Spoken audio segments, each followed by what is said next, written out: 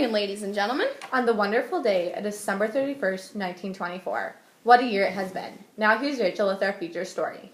Now, some of you may have already caught wind of the infamous Teapot Dome scandal. The Secretary of the Interior, Albert Fall, convinced the Secretary of the Navy to move the naval oil reserves of Teapot Dome and Elk Hills to the Interior Department. Former President Harding indiscreetly signed the secret order. Then Fall was able to lease the lands to oilmen Edward Doheny and Harry Sinclair after receiving a bribe of $100,000 from Doheny and 3 times that amount from Sinclair. Officials in Washington first discovered the corrupt dealings in March of 1923, and the public had the first opportunity to hear about it through the Wall Street Journal. This is yet another scandal to taint the Harding administration.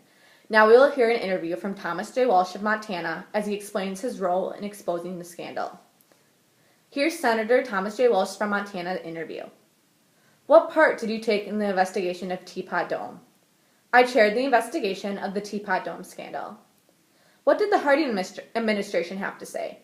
They denied any wrongdoing. They gave us numerous documents to support their case. What was one of the questions facing you during the investigation? How did Interior Secretary Albert Fall get rich so quickly? What was the evidence you uncovered during the investigation? After I followed all the leads, I found in the evidence that Albert Fall took bribes from an oilman to give them Teapot Dome and Elk Hills. Thank you, Senator, for letting us use your interview. Now, on to Rachel for the general news. This Friday there is a school holiday. Mr. Inspector Hicks has authorized us to state that any teacher whose pupils are participating in the carnival this Friday for the hospital may take this announcement as authority to close their schools on that date. These teachers must, however, advise Mr. Kolditz. Tomorrow night, Dungaruba stages the social function of the year, a grand white night where visitors from all over will be present. A good floor, good supper, and good music by the orchestra will ensure the success of the evening and guarantee a happy time. Now here are some advertisements from our sponsors. From Ford, freedom for the woman who owns a Ford. To own a Ford is to be free to venture into new and untried places. It is to answer every challenge of nature, safely, surely, and without fatigue. From the Merck Institute Home Treatment, a new kind of hat worn 10 minutes a day grows hair in 30 days, or no cost. No matter how thin your hair may be, this remarkable new scientific invention is absolutely guaranteed to give you a brand new growth of hair in 30 days, or it costs you nothing. Now here's Kate with a day in history. On December 31st, 1775, the Battle of Quebec took place. In 1862, the Union ironclad ship the Monitor sank off Cap Hatteras, North Carolina. In 1904, the first New Year's Eve celebration was held in Times Square.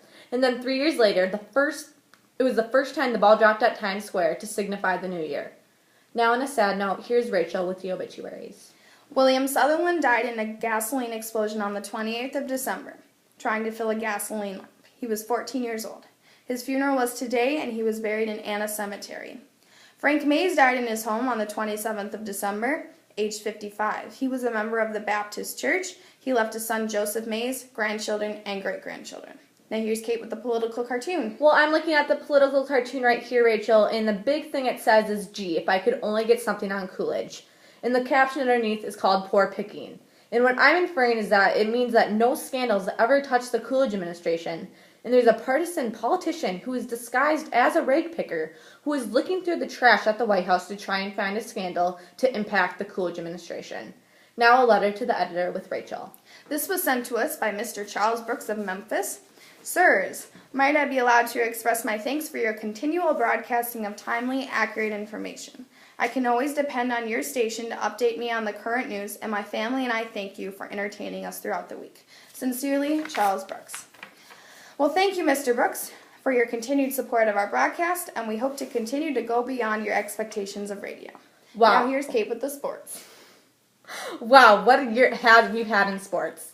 On January 25th, the first Winter Olympic Games opened in Chamonix, France. The Montreal Canadiens won the Stanley Cup. On November 1st, the first U.S. NHL franchise, the Boston... No! This did not just happen.